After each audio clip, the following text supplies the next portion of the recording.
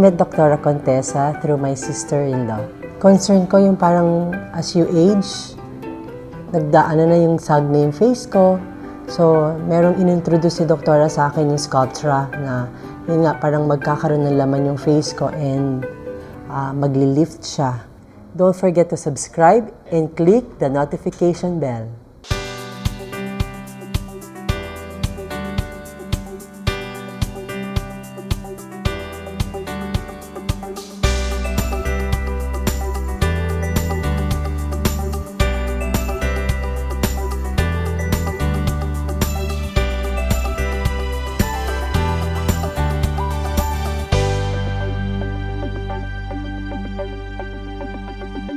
Hi everyone, Dr. Contessa here from CSA Medical Aesthetics. So we have Mama Nina here, and actually I did an assessment a while ago already and checking on the upper part of the face, on the temple region, and also here under the zygomatic region, a volume loss. So that part is like somehow as time passes by, some of our soft tissues kinda they decrease. Ma'am Monix, I love calling you Monix. Over time, collagen, nagdi-deplete. On a yearly basis, 1 to 2%. For women daw na reaching the age of menopause, 30% for the first 5 years. Ayan. Collagen depletion. And collagen is important in the skin because it gives structural support. It makes your skin tight and firm. That's why today, we'll be doing a so-called collagen bio-stimulation treatment. So we will just replenish the collagen that was lost. Kasi Ma'am Monix, talaga pong intrinsic aging is part of life. Part of life. Kasi intrinsically, talagang there is the so-called depletion of those collagen tissues.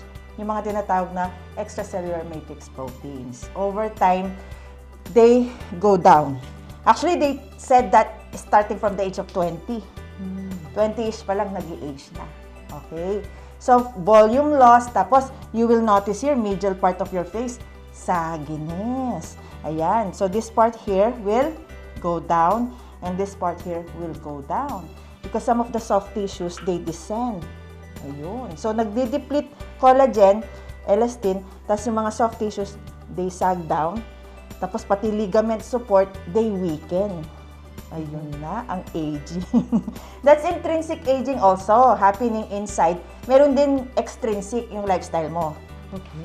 Sun exposure, unhealthy lifestyle, or diet, yun, or habits in your life.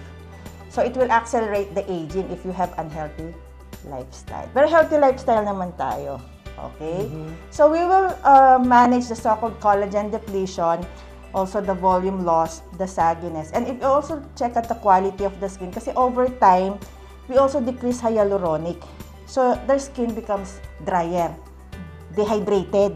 That's why you'll notice parang medyo over time, no, nagiging dull skin, tas you're noticing na rin mga, ayoko sabing age spots.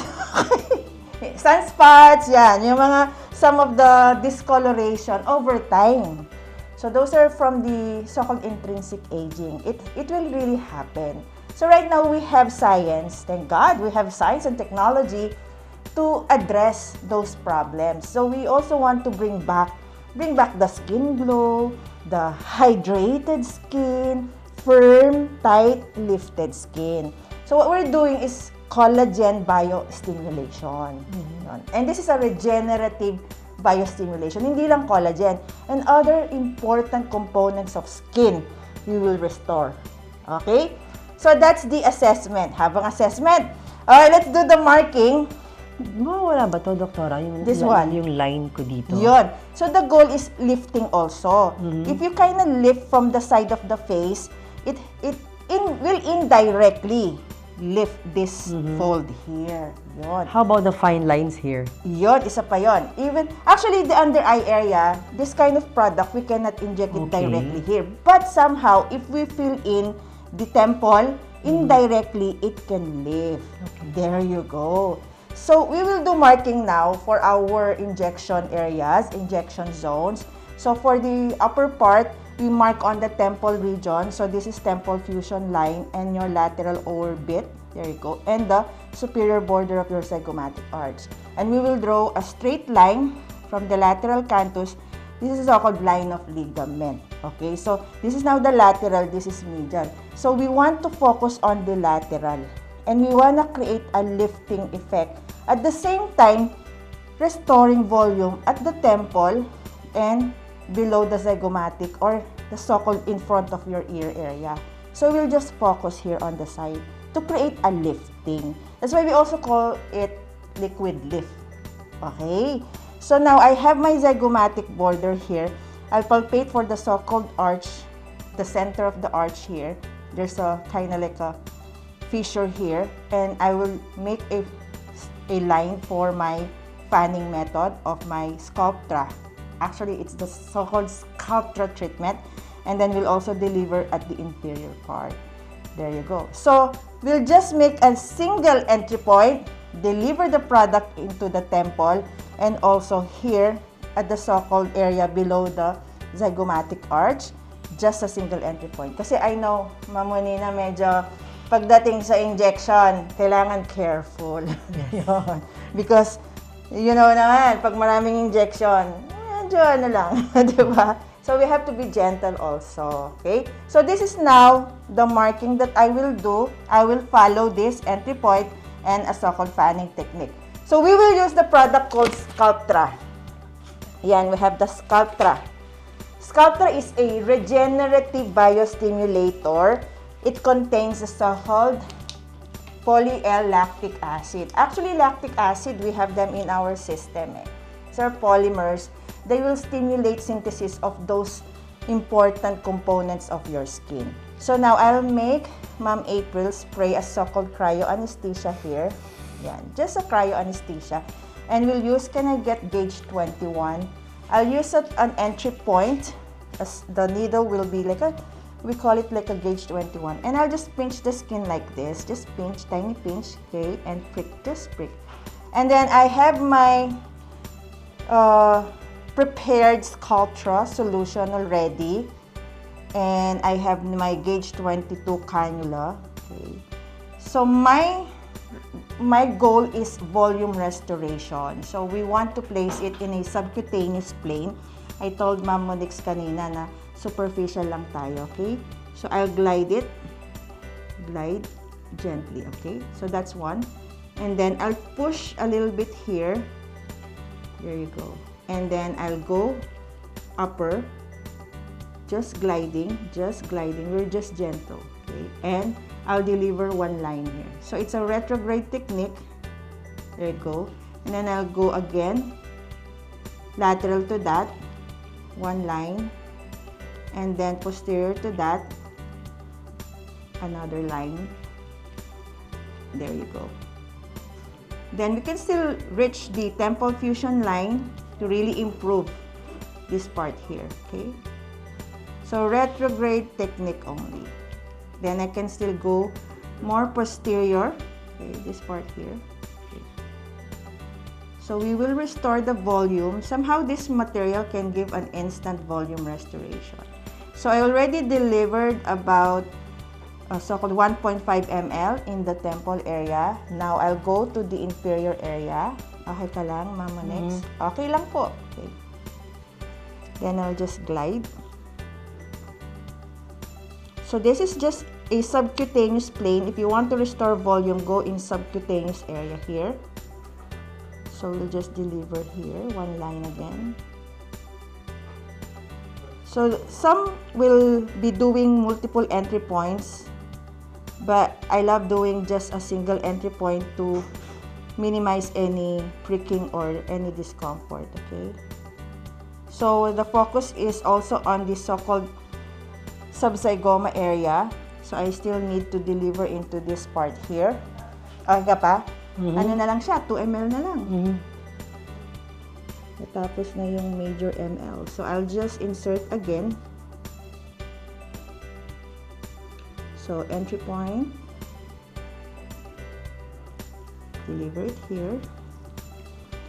So we want to give a result that's still gonna be natural.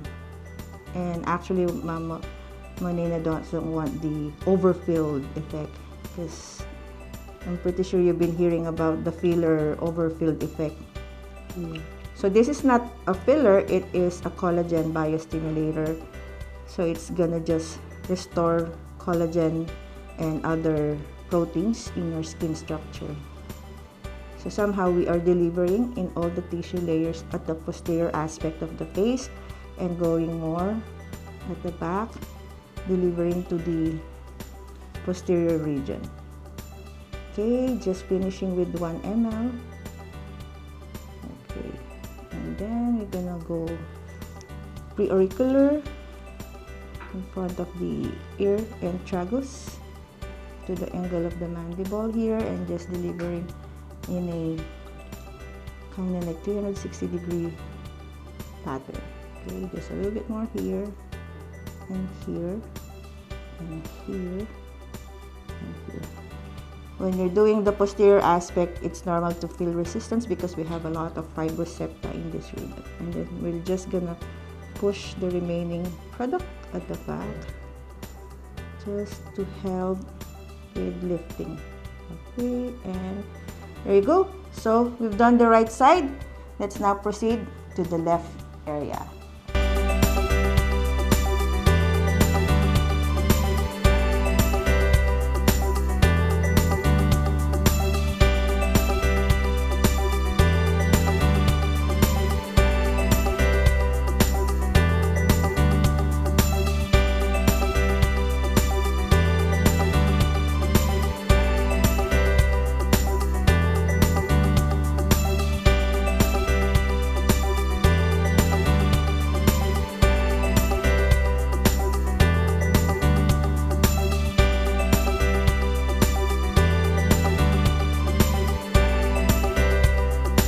So we have done the Sculptra treatment.